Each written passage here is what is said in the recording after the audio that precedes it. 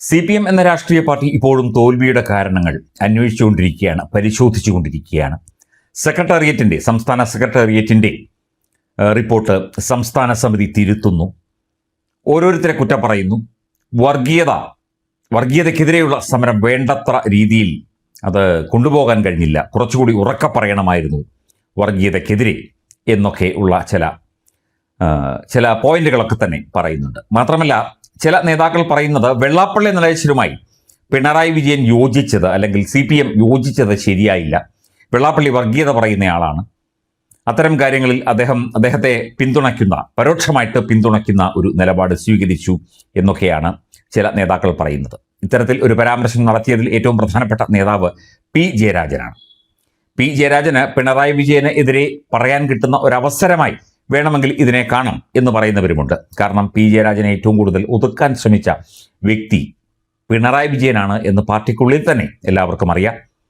P. Jayarajan വളർന്നു വരുന്ന ഒരു നേതാവ് എന്നുള്ള നിലയ്ക്ക്, അല്ലെങ്കിൽ പിണറായിക്ക് സമാനമായി ചിന്തിക്കുകയും അതുപോലെ ഇത്തിരി തൻ്റെ ഇടത്തോടെ നിൽക്കുകയും ഒക്കെ ചെയ്യുന്ന നേതാവ് എന്നുള്ള നിലയ്ക്ക് പിണറായി വിജയൻ്റെ ഒപ്പം, അല്ലെങ്കിൽ പിണറായി വിജയനേക്കാളും ഒരുപടി മുന്നിൽ ഇദ്ദേഹം എത്തിയെങ്കിലോ എന്നുള്ള ഭയം മൂലം ഇദ്ദേഹത്തെ നേരത്തെ തന്നെ പല രീതിയിൽ ഒതുക്കി നിർത്തിയിട്ടുണ്ട്. പിന്നെ P. ജയരാജന് ഒരു ഫാൻ ബേസ് ഉണ്ട്. അങ്ങനെ ഫാൻ ബേസ് ഉള്ള CPM നേതാക്കൾ കുറവാണ്. PJ ആർമി എന്നൊക്കെ പറയുന്ന സംഭവങ്ങൾ ഉണ്ടായിരുന്നു. ഇപ്പോൾ ആ പേജ് ഇല്ല എന്ന് തോന്നുന്നു. എന്തൊക്കെയായാലും P. ജയരാജൻ ഈ കാര്യങ്ങൾ പറയുമ്പോൾ P. ജയരാജന് പിണറായി വിജയനോടുള്ള ചെറിയ നീരസം കൂടി നമുക്ക് അതിനകത്ത് പ്രകടമാവുകയാണ്. ഈ ശബരിമല അയ്യപ്പ സംഗമം നടത്തിയതൊക്കെ വലിയ തോതിൽ തിരിച്ചടിയായി എന്നുള്ള വിലയിരുത്തൽ പൊതുവേ ഉണ്ട്. ഏറ്റവും പ്രധാനപ്പെട്ട പ്രശ്നം എന്ന് പറയുന്നത് നേതൃത്വമാണ്. ഈ MV ഗോവിന്ദൻ മാസ്റ്ററാണ്, പിണറായി വിജയനാണ്, അതുപോലെയുള്ള ആളുകൾ നേതൃസ്ഥാനത്ത് ഇരിക്കുന്നതാണ് പാർട്ടിയുടെ ഏറ്റവും വലിയ കുഴപ്പം. പാർട്ടിക്ക് ഏറ്റവും വലിയ തിരിച്ചടി കിട്ടുന്നത് ഇത്തരം കാരണങ്ങൾ കൊണ്ടാണ് എന്ന് പൊതുവെ വിലയിരുത്തപ്പെടുന്നുണ്ട്. പക്ഷേ പാർട്ടി ഔദ്യോഗികമായി ഇതിനെയൊക്കെ തള്ളുകയാണ്. അതിനിടയിലൂടെയാണ് ഇപ്പോൾ വെള്ളാപ്പള്ളി കടന്നു വരുന്നത്. വെള്ളാപ്പള്ളി ന്യായമായ കാര്യങ്ങൾ മാത്രമേ പറഞ്ഞുള്ളൂ. അദ്ദേഹം കേരളത്തിൽ ഉണ്ടാകാൻ പോകുന്ന മത ധ്രുവീകരണത്തെക്കുറിച്ച്, മതപരമായ ചില പ്രീണന നയങ്ങളെക്കുറിച്ച്, ചില പാർട്ടികളുടെ ചില വ്യക്തികളുടെ പ്രസ്താവനകളെക്കുറിച്ച് ഒക്കെ തന്നെ കൃത്യമായി ഈ 89-90 വയസ്സുള്ള മനുഷ്യൻ തുറന്നു പറഞ്ഞു. ഹൈന്ദവ സമൂഹത്തിൻ്റെ ഒരു അവസ്ഥയെക്കുറിച്ച് കൂടി അദ്ദേഹം ചൂണ്ടിക്കാട്ടി. എന്ന് പറഞ്ഞ് അതൊക്കെ നന്നായി എന്നോ അല്ലെങ്കിൽ അങ്ങനെ എപ്പോഴും പറയണം എന്നോ അല്ല പറയുന്നത്. പക്ഷേ ആ ഒരു സമയത്ത് അദ്ദേഹം അത്തരം കാര്യങ്ങൾ തുറന്നു പറഞ്ഞു എന്നത് സത്യമാണ്. അദ്ദേഹത്തിന് തോന്നിയ കാര്യങ്ങളാണ്, അദ്ദേഹത്തിന് അനുഭവമുള്ള കാര്യങ്ങളാണ്. വെള്ളാപ്പള്ളിയെ അയ്യപ്പ സംഗമത്തിൽ കൂടെ കിയ കാർണിവൽ കാറിൽ കയറ്റിയത് തന്നെ വലിയ പ്രശ്നമായി. എനിക്കിഷ്ടമുള്ളവരെയൊക്കെ കാറിൽ കയറ്റും, എൻ്റെ വേണ്ടപ്പെട്ടവരെ ഞാൻ കാറിൽ കൊണ്ടുപോകും, നിങ്ങളാണെങ്കിൽ കൊണ്ടുപോകില്ലേ തുടങ്ങിയ ചോദ്യങ്ങളുമായിട്ടാണ് അന്ന് പിണറായി വിജയൻ ഈ ഒരു വിഷയത്തോട് പ്രതികരിച്ചത്. ഇതൊന്നുമല്ല ഈ വെള്ളാപ്പള്ളി ഫാക്ടറോ അല്ലെങ്കിൽ വെള്ളാപ്പള്ളി ഘടകമോ NSS ഫാക്ടറോ മറ്റ് വർഗീയ ഫാക്ടറുകളോ ഒന്നുമല്ല CPM തോൽക്കാൻ കാരണം. ഈ നേതാവ് ഒറ്റയൊരുത്തനാണ്. അദ്ദേഹത്തിൻ്റെ കൂടെ നിൽക്കുന്ന കുറേ ആളുകളാണ്. പാർട്ടിയിൽ നിന്നകന്നു, പാർട്ടി പ്രവർത്തകരിൽ നിന്നകന്നു, ജനങ്ങളിൽ നിന്നകന്നു, സ്വന്തക്കാരെ എല്ലായിടത്തും പ്രതിഷ്ഠിക്കാൻ തീരുമാനിച്ചു. തളിപ്പറമ്പിലെ സ്ഥാനാർത്ഥി നിർണയം തെറ്റായിപ്പോയി എന്നിപ്പോഴേ പറയുന്നുണ്ട്.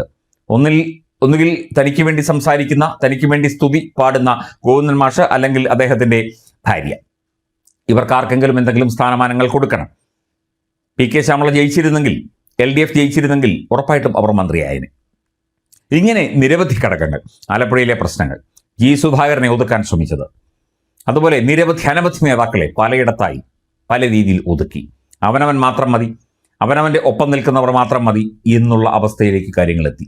ഇപ്പോൾ നിയമസഭയിൽ പിണറായി വിജയന് വേണ്ടി വാദിക്കാനുള്ള ആ ഒരു പവറുള്ള CPM നേതാക്കൾ ആരുമില്ല. ബാലഗോപാലൊന്നും പിണറായി വിജയന് വേണ്ടി വാദിക്കുന്നയാളല്ല. അദ്ദേഹത്തിന് അത്ര ശക്തമായി വാദിക്കാനുള്ള കഴിവുമില്ല. പിണറായി വിജയൻ എന്നുള്ള ഒറ്റ നാമം കൊണ്ട് ഇങ്ങനെ പറഞ്ഞു നിൽക്കാൻ കെൽപ്പുള്ള നേതാക്കൾ ആരും തന്നെ ഇപ്പോൾ കേരള നിയമസഭയിൽ ഇല്ല.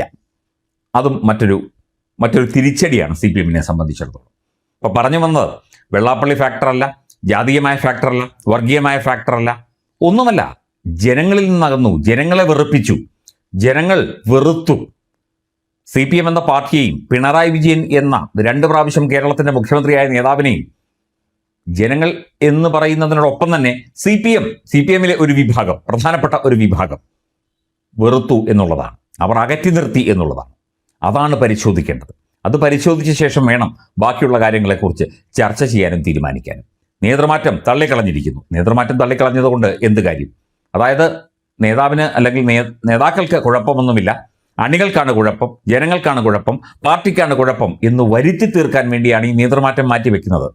ഞാൻ മാറി നിൽക്കുകയാണ്, CPM കനത്ത തോൽവിക്ക് സംസ്ഥാന സെക്രട്ടറി എന്നുള്ള നിലയ്ക്ക് ഞാൻ ഉത്തരവാദിയാണ്, ഞാൻ മാറി നിൽക്കുന്നു എന്ന് പറയാനുള്ള ആർജവം MV ഗോവിന്ദന് ഇല്ല. ഗോവിന്ദനെ ഒട്ടും മാറ്റാൻ പിണറായി സമ്മതിക്കുകയുമില്ല.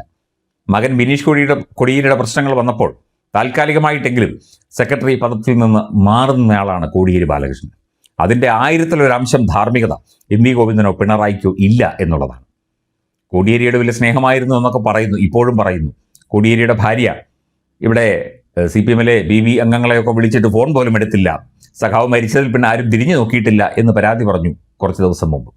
അതും പോട്ടെ, ഇവിടെ പാർട്ടിയെ മുമ്പോട്ട് നയിക്കാൻ, പാർട്ടിയെ ജനങ്ങൾക്കൊപ്പം നിർത്താൻ, ജനങ്ങൾ വോട്ട് ചെയ്താൽ, ജനങ്ങളൊപ്പം നിന്നാലേ പാർട്ടിയാവുകയുള്ളൂ.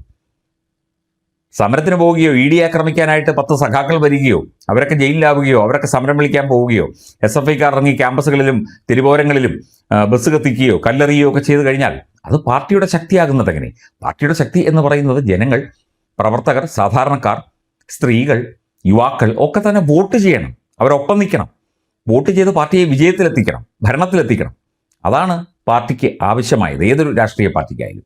അത് നഷ്ടപ്പെട്ട് കഴിഞ്ഞാൽ അടിത്തറ ഇളകിയില്ല, അടിത്തറയ്ക്ക് ഒരു കോട്ടവും സംഭവിച്ചില്ല, അത് ശക്തമായി നിൽക്കുന്നു. ചില കാര്യങ്ങളുണ്ട്, ചില തിരുത്തലുകൾ വേണം, അത് വേണം, ഇത് വേണം എന്നൊക്കെ പറഞ്ഞ് ഇങ്ങനെ ജൽപ്പനങ്ങൾ നടത്തിയിട്ട് കാര്യമില്ല, ആരെയും കുറ്റപ്പെടുത്തിയിട്ട് കാര്യമില്ല. വെള്ളാപ്പള്ളി നടേശനെ എന്തിനാണ് കുറ്റപ്പെടുത്തുന്നത്? അല്ലെങ്കിൽ പിണറായി വിജയൻ വെള്ളാപ്പള്ളി നടേശനുമായി കൂട്ടുകൂടിയതിനെ എന്തിനാണ് കുറ്റപ്പെടുത്തുന്നത്? ഒന്നും കാര്യമില്ല. ഇവിടെ തൊട്ടതെല്ലാം പിഴച്ചു, പ്രത്യേകിച്ചും 2ാം പിണറായി സർക്കാരിൽ തൊട്ടതെല്ലാം പിഴച്ചു എന്ന് പറയുന്നതിനപ്പുറം തൊട്ടതെല്ലാം ഒരാളാണ് തൊട്ടത്, മറ്റാരെ കൊണ്ടും തൊടാൻ സമ്മതിച്ചില്ല, അതാണ് പറ്റിയത്. അങ്ങനെ വലിയ തോതിൽ തിരിച്ചടിയുണ്ടായി. ഇനിയിപ്പോൾ തിരുത്തി മുമ്പോട്ട് പോകും എന്നൊക്കെ പറയുന്നു, കേൾക്കുന്നു. എന്താകും എന്നുള്ളത് കണ്ടറിയണം. ആരുടെയും തലയിൽ തോൽവിയുടെ ഉത്തരവാദിത്വം കെട്ടിവെച്ചിട്ട് കാര്യമില്ല. അവനവൻ്റെ ഭാഗത്തു നിന്ന് വ്യക്തിപരമായും സംഘടനാപരമായുമുള്ള ദൗർബല്യങ്ങളും ബുദ്ധിശൂന്യതയും ബലഹീനതകളും ധാർഷ്ട്യവും അഹങ്കാരവും ഒക്കെ മുമ്പോട്ട് കൊണ്ടുവച്ചാൽ ഒരു ജനാധിപത്യ സംവിധാനത്തിൽ തീർച്ചയായിട്ടും ഏത് ലോകോത്തര പാർട്ടിയാണെങ്കിലും തകർന്ന് തരിപ്പണമാകും. അതുതന്നെയാണ് CPM സംഭവിച്ചത്. ഈ ഒരു വിഷയത്തിൽ നിന്ന് കരകയറാൻ, തോൽവിയിൽ നിന്നൊക്കെ കരകയറാൻ CPM കുറെ പാടുപെട്ടു.